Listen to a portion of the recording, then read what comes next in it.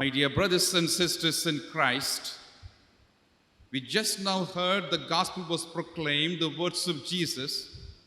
We live in the 21st century, and if you read that, the gospel, especially those who don't believe in Christ, the Son of God, and those who are unbelievers in God Himself, how would they interpret the text of the day? For sure, they will interpret against Christianity and our faith, and they will say lots of stories about the words of Jesus, quoting what we just now proclaimed. Because we live in this century, we have to go back the time of the Lucan time, the gospel writer, what was the context of the text. Once we understand that context, the text becomes the powerful meaning.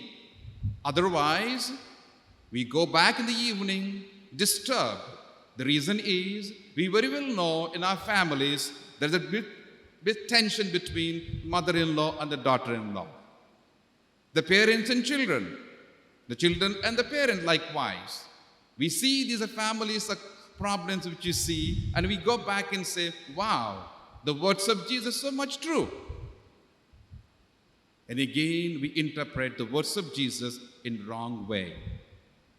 Let me unpack the scripture of the day. What was the background when Luke explained or brought forth the words of Jesus to his community, and for us, all of us, those who live in this century? The first and foremost, my dear friends, the Romans had destroyed the beautiful Jerusalem temple, the pride of the Israelite people. Jerusalem temple was the place where they took the pride, where they took the honor, and they came together to celebrate the faith.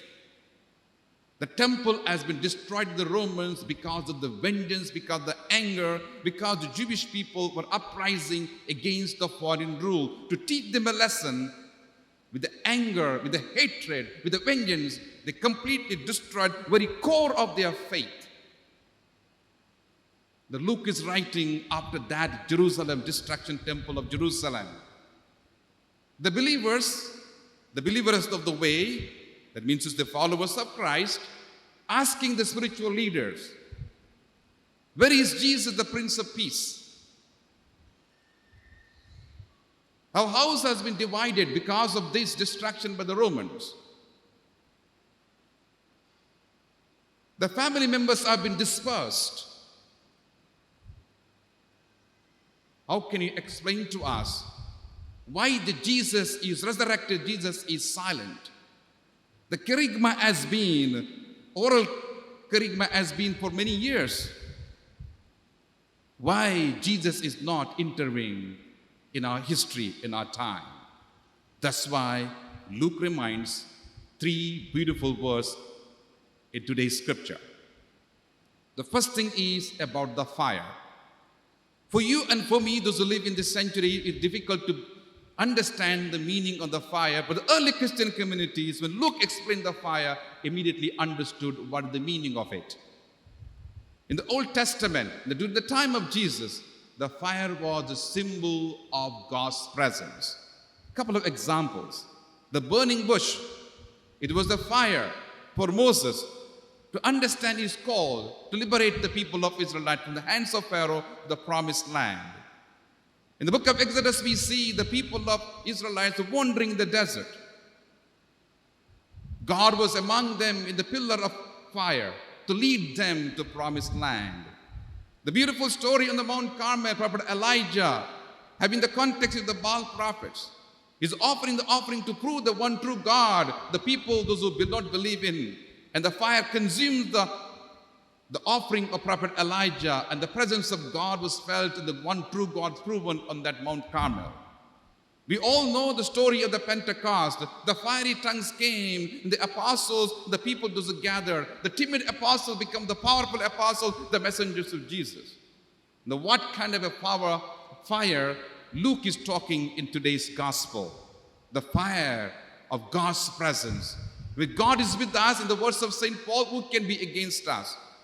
We can lit the fire of understanding, lit the fire of love, the kindness, the forgiveness.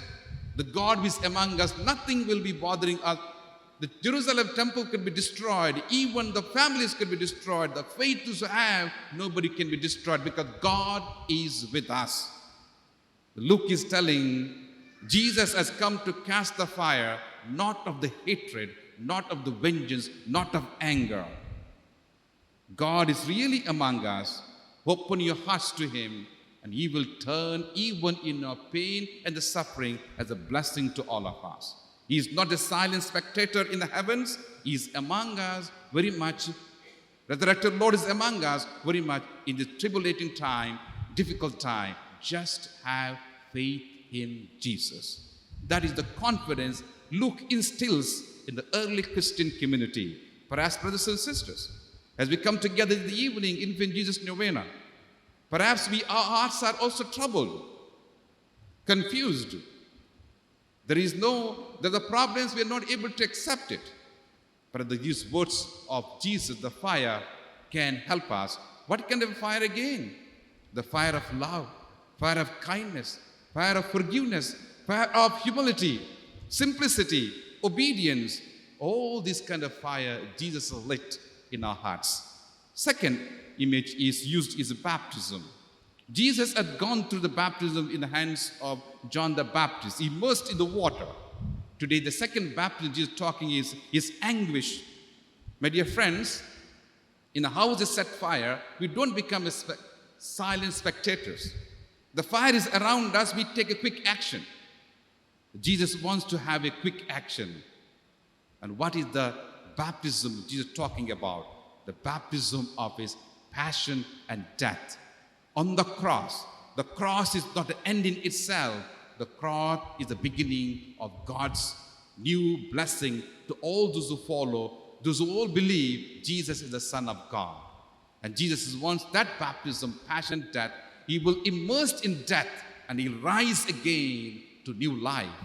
In that beautiful rite of baptism, the priest baptized the child. The priest proclaims the beautiful words, "You have been baptized with Christ in the waters, and you will rise with Him in His resurrection." The promise, the pledge of the baptism, the second baptism is that is given to us the new life. So, my dear brothers and sisters, we are baptized when you were a child. Some of us perhaps when you were adult. But again, the second baptism we have to go through, the reminding us our life is temporary.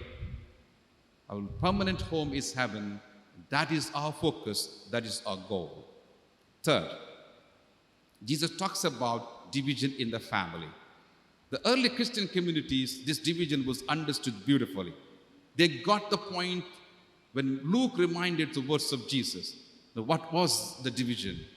Those who believed in Jesus, those who took the words of Jesus when He said, "If you want to make my disciple, take up your cross and follow me. You have to hate your father and the mother and the brother and sisters." The priority is Jesus. In the scriptures, we have an example of the man was cured by the blind man. The blind man was cured. The parents, the fear of the authorities, "Is your son?" And they wash their hands, they say, "We don't know." There was a division. Those who followed Jesus, those who accepted the teachings of Jesus, those who accepted Jesus is the way and the truth and the life, the family was divided because of Jesus. It could be in our life too. When we stick on the values of Jesus, we have to fight against the values of the world which does not have God in them. So when we close to Jesus, there will be a division. Truth and the falsehood. The light and the darkness. Justice and injustice. Which side do I belong? This is the question we need to ask as we celebrate this Novena Mass in this beautiful evening.